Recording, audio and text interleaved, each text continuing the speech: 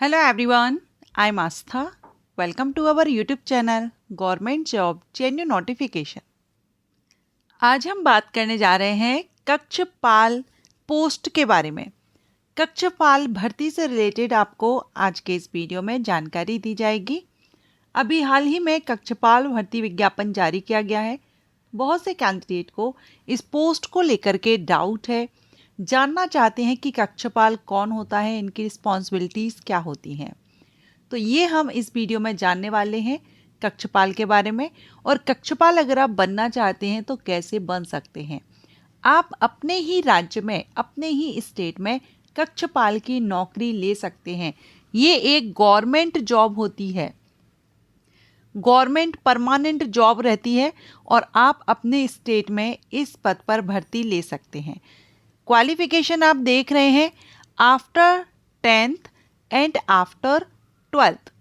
आप चाहें तो 10वीं के बाद भी कक्षपाल बन सकते हैं और आप चाहें तो 12th के बाद भी आप कक्षपाल बन सकते हैं। क्योंकि ये जो अपॉर्चुनिटी है, ये जो वैकेंसी है, ये स्टेट वाइज वैकेंसी नोटिफिकेशन भी रिलीज़ किया जाता है। तो किसी किसी स्टेट में 10th बेस पर भर्ती की जाती है और किसी किसी स्टेट में 12th बेस पर भर्ती की जाती है। तो after 10th and after 12th दोनों ही कैंडिडेट एलिजिबल होते हैं कक्षपाल पद पर भर्ती के लिए। तो अगर आप इंटरेस्टेड हैं इस पद के बारे में जानने के लिए तो वीडियो को कंटिन्यू रखिएगा। सबसे पहले हम देखेंगे कक्षपाल कौन होता है, कक्षपाल को क्या नाम से और जाना जाता है। तो कक्षपाल वार्डर की जो पोस्ट होती है ना, ये एक कक्षपाल ही होता है, या हम हिंदी में इसको कारापाल भी कहते हैं। तो कक्षपाल, कारापाल और वार्डर ये तीनों एक ही पद होते हैं, एक ही पोस्ट होती है। अब अगर हम इसकी रिस्पॉन्सिबिलिटीज़ की बात करें, कक्षपाल या कारापाल या वार्डर, क्या इसकी रिस्पॉन्सिबिलिटीज़ होती हैं, क्या वर्क रहता है, तो चलिए देखते हैं। कक्षपाल, जिसको हम वार्डर कहते हैं या जेल वार्डर, आपने जेल वार्डर का नाम सुना होगा, तो जेल वार्डर कक्षपाल ही होता है। कक्षपाल का अगर हम मुख्य कार्य देखें तो जो वार्डर, जेल वार्डर का वर्क क्या होता है, सिक्योरिटी वाला, ठीक है ना। तो कक्षपाल का मुख्य कार्य सिक्योरिटी ही होता है। सिक्योरिटी की रिस्पॉन्सिबिलिटी होती है, जैसे कि जेल में जो जेल वार्डर एक कक्षपाल होता है, और जेल वार्डर की रिस्पॉन्सिबिलिटी क्या होती है, जो कारागार है वहाँ पर सुरक्षा देना, जो गार्ड की ड्यूटी होती है, उस तरह से वर्क आपको करना होता है। तो वही कक्षपाल है, क्योंकि ये तीनों एक ही पोस्ट है, तो यही आपकी रिस्पॉन्सिबिलिटी रहती है, ठीक है। बाकी अगर आप जेल वार्डर के बारे में जानना चाहते हैं तो इस पर मैंने डिटेल वीडियो अपलोड किया है, आप उसको भी विजिट कर सकते हैं। अब ये जो कक्षपाल की पोस्ट होती है, ये कारागार या सुधार सेवा निरीक्षणालय गृह विभाग में, कारा विभाग, कारा इधर पर आप कीजिएगा, ठीक है, कार्य एवं सुधार सेवा निरीक्षणालय गृह विभाग में आपका ये पद होता है। अब अगर हम क्वालिफिकेशन की बात करें तो जैसे मैंने आपको बताया कि 10th एंड 12th के बाद आप बन सकते हैं। So after 10th and 12th आप कारापाल या कक्षपाल बन सकते हैं। जैसे कि बिहार स्टेट में 12th के बेस पर आवेदन कर सकते हैं। अगर आप 12वीं पास हैं तो बिहार स्टेट में कक्षपाल के पद पर भर्ती ले सकते हैं। अगर आप 10th पास हैं तो आप झारखंड में भर्ती ले सकते हैं। कक्षपाल पर 10th लेवल पर भर्ती झारखंड में की जाती है। इसी तरह से आप जिस भी स्टेट से हैं, हो सकता है कि आपके स्टेट में 10th बेस पर भर्ती हो या फिर 12th बेस पर। इसके लिए आप अपने जो वेबसाइट रहेगी स्टेट की, जो स्टाफ सर्विस कमीशन की जो रहती है, उस पर अगर आप जाकर के विज़िट करेंगे तो आपको इसके बारे में जानकारी मिल जाएगी। क्योंकि हम पर्टिकुलर स्टेट के हिसाब से, सभी स्टेट के हिसाब से नहीं बता सकते, लेकिन ये जो पोस्ट होती है ये 10th एंड 12th लेवल की ही होती है। सो आपके स्टेट में अगर 10th बेस पर है तो आप 10th बेस पर कर सकते हैं, और अगर 12th बेस पर है तो 12th बेस पर कर सकते हैं। अब हम बात करेंगे एज क्राइटेरिया की। तो इसमें जो एज है, मिनिमम उम्र तो यहाँ पर आपकी 18 वर्ष ही रहेगी।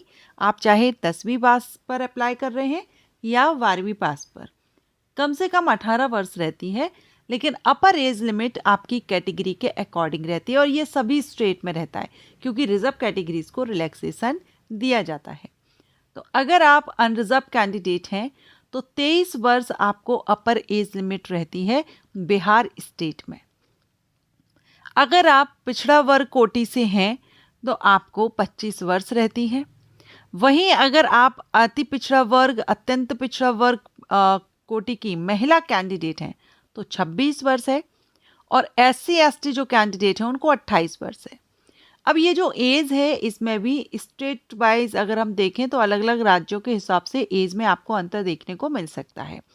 जैसे कि अभी जो झारखंड और बिहार की वैकेंसी है, दोनों की क्वालिफिकेशन डिफरेंट है, 10th एंड 12th, तो एज क्राइटेरिया में भी अंतर रखा गया है। तो आपके स्टेट में हो सकता है अपर एज लिमिट 28 ईयर हो अनरिजर्व कैंडिडेट को, या हो सकता है 25 ईयर हो।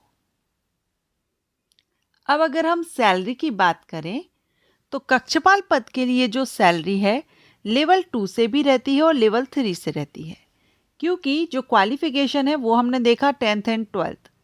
तो अगर आप 10th लेवल पर अप्लाई करते हैं तो आपको लेवल 2 से सैलरी 19,900 बेसिक पे से स्टार्ट होती है, और अगर आप 12th लेवल पर अप्लाई करते हैं तो आपकी सैलरी लेवल 3 से 21,700 से बेसिक पे से स्टार्ट आपकी रहती है। अब हम सिलेक्शन प्रोसीजर की बात करेंगे। तो जो सिलेक्शन प्रोसीजर होता है ये आपका सबसे पहले रिटन एग्जामिनेशन आपका लिया जाता है। देखिए, रिटन एग्जामिनेशन फिजिकल और मेडिकल हो सकता है कि अलग, क्योंकि स्टेट लेवल पर वैकेंसीज आती हैं, तो इसलिए हम यहाँ पर एक पर्टिकुलर नहीं कह सकते कि आपका पहले रिटन होगा। ये डिपेंड करता है आप जिस स्टेट से अप्लाई कर रहे हैं वहाँ पर पहले फिजिकल भी हो सकता है। ठीक है, तो हम देखेंगे कि टोटल होते कितने स्टेजेस हैं। फिजिकल टेस्ट, रिटन टेस्ट और मेडिकल एग्जामिनेशन, ये 3 स्टेजेस में सिलेक्शन प्रोसीजर रहता है। और आपका ये जो एग्ज़ाम है ये OMR बेस्ड हो सकता है। अभी जो 2 वैकेंसी आउट हुई है बिहार एंड झारखंड से, दोनों में ही OMR बेस्ड एग्ज़ाम लिया जा रहा है। ठीक है, OMR बेस्ड मीन्स होता है कि आपका पेन पेपर मोड पर एग्ज़ाम होता है। अगर हम झारखंड स्टेट का देखें तो रिटन एग्जामिनेशन में आपके 3 पेपर होते हैं और तीनों में ही आपको 2-2 घंटे का समय दिया जाता है। पहला पेपर आपका लैंग्वेज का होता है, हिंदी और इंग्लिश का, जिसमें टोटल 120 प्रश्न होते हैं, 80 हिंदी से, 40 इंग्लिश से।